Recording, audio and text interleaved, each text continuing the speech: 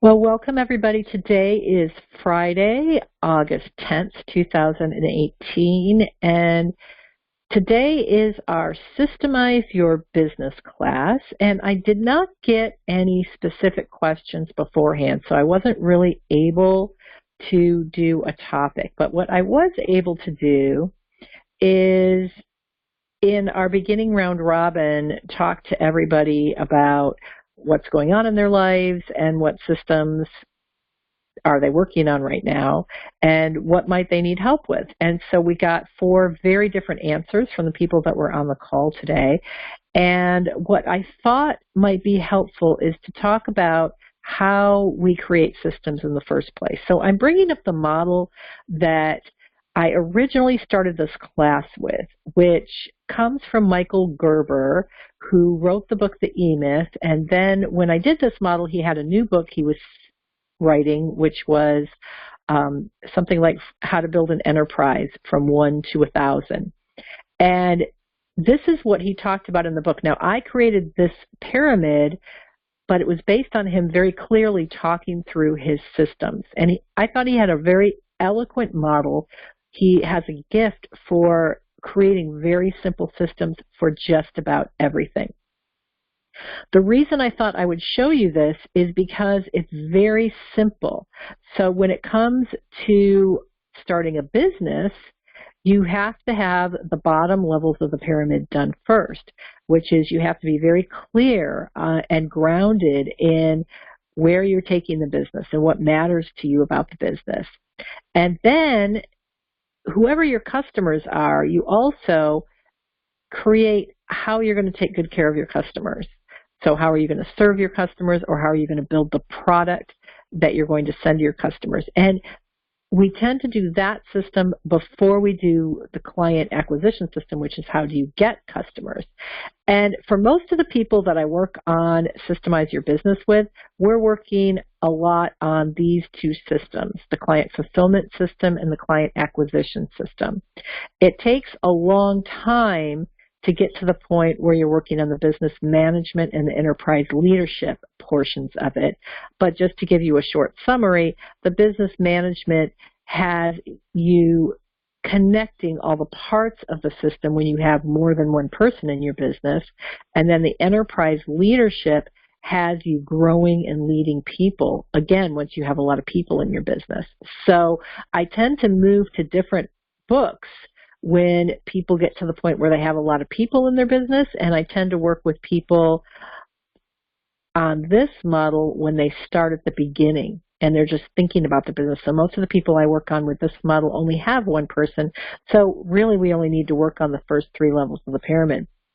Well, all of the questions that people brought up today could be plotted into a model like this, or we could take information from these models and apply to.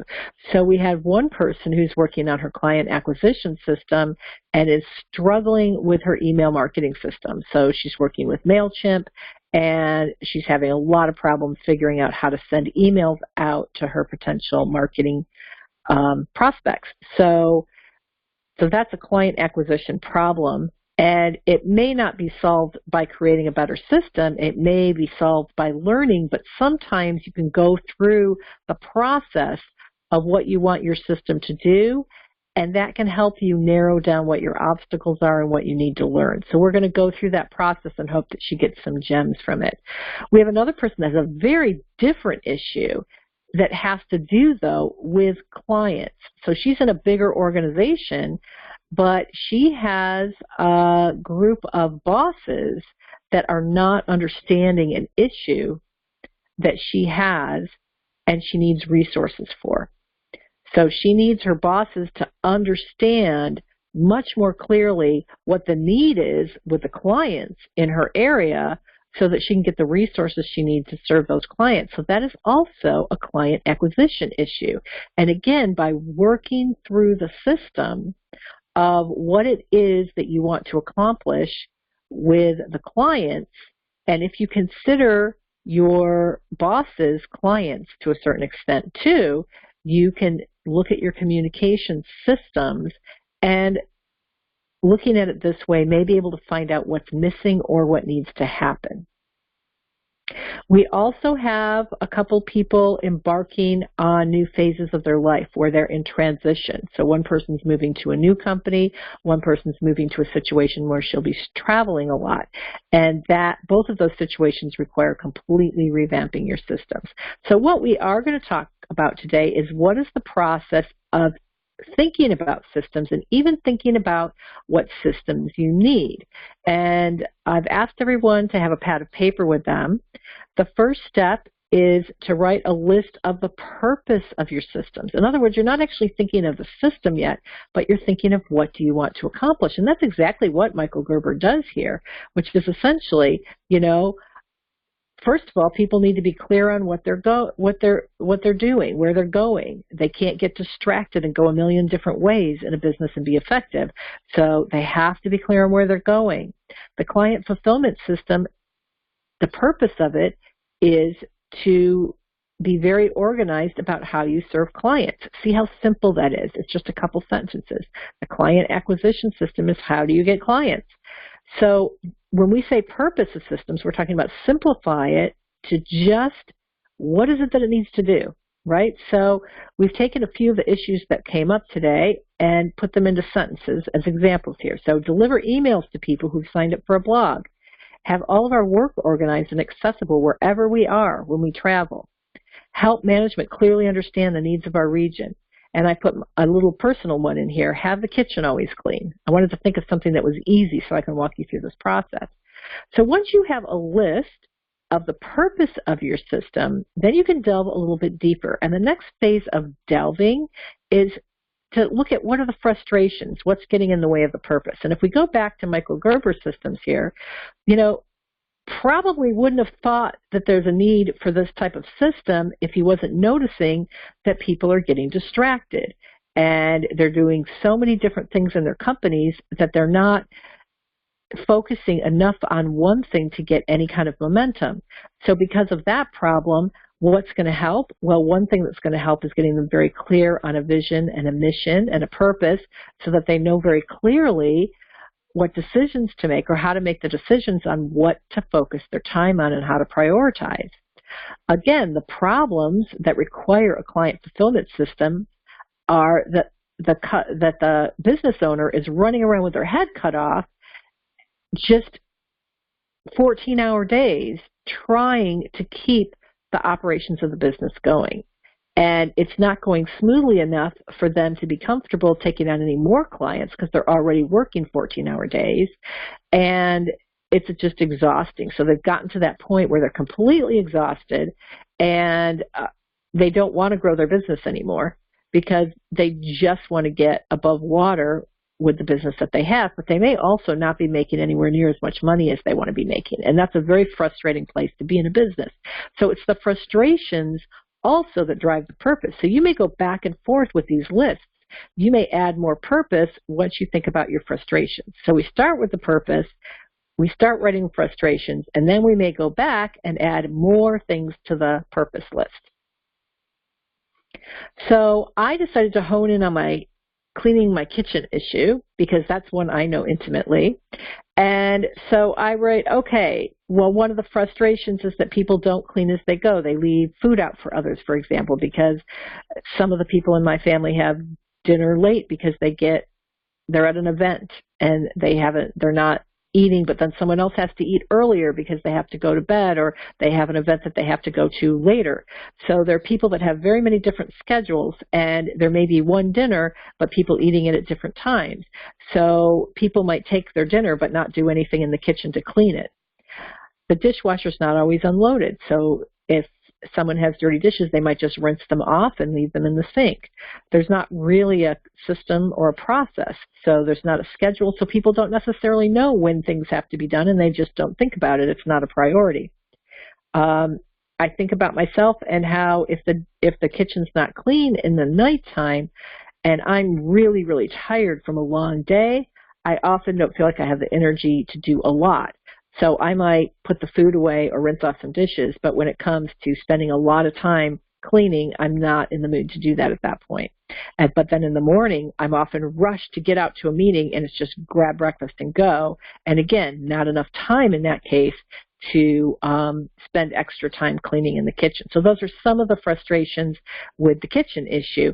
What I want you to do on your paper is write the frustrations that come up with whatever it is that you're trying to systemize. And that may lead, as we said, to more things on your purpose list. Then what we do, step 3, is we brainstorm on solutions to each obstacle. So I'm going to take, again, my kitchen problem as an example. So people don't clean as they go, they leave food out for others. So what are some ideas? Well, I could check in with people to know who will be eating later, and then maybe I can make them a plate. So that way, when I'm done with dinner, I clean up, but I just have a couple plates sitting there with aluminum foil over them to keep the plate warm for the person that's coming. So that's one thing I could do. The dishwasher not unloaded so the dirty dishes don't go in. Well, I could have a system where the dishwasher automatically gets unloaded every morning so that throughout the day it's empty, and as people use dishes, they'll put their dishes in. Maybe I have a process where every time I walk into the kitchen for a snack, I add dishes to the dishwasher or I unload the dishwasher, so I'm always touching the dishwasher and processing dishes, maybe. Solutions to no real process. Well, I could integrate sweeping the kitchen into a regular routine. I could have a kitchen routine every evening right after dinner so that it cleans it for the next day.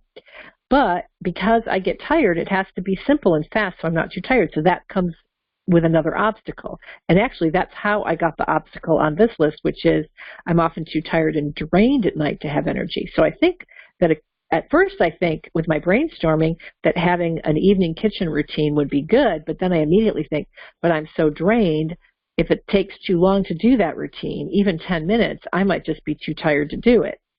So what if I have a process that adds a few minutes of pickup cleaning every time I go into the kitchen so that my end of day routine is easy? So maybe it'll be 5 minutes to clean up. Well, I can do 5 minutes. I could actually even do 10 minutes. But if it gets to be 20 to 30 minutes and I need to go to bed, I probably won't do it. So as I'm thinking through this, I'm going back and forth between all these lists.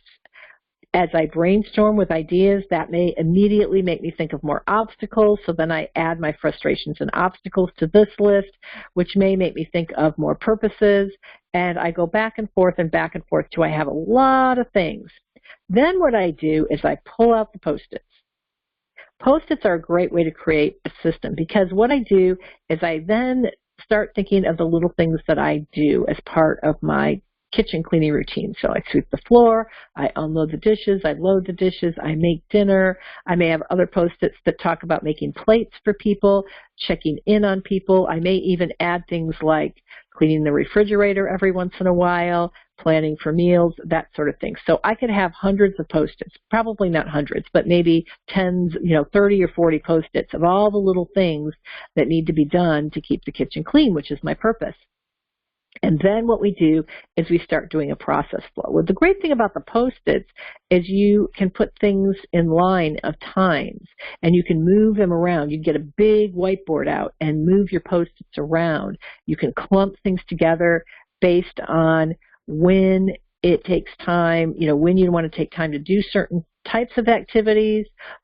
You could have 3 or 4 routines with different Post-its, or you could have one long flow chart with everything in it by time, by minute, what happens first, what happens next, et cetera, et cetera, et cetera. So Post-its are great to think about the flow of what do you want to have happen when. So that's the way to start thinking about a system from the top. What I'm going to do is turn off the recording now and work with everyone who's on the live call to go over individual systems. But for those of you who are listening to the recording, again, my contact information is right at the bottom of the screen, and you are welcome to reach out and talk about an individual system that you want to get into place, and I'd be happy to help you.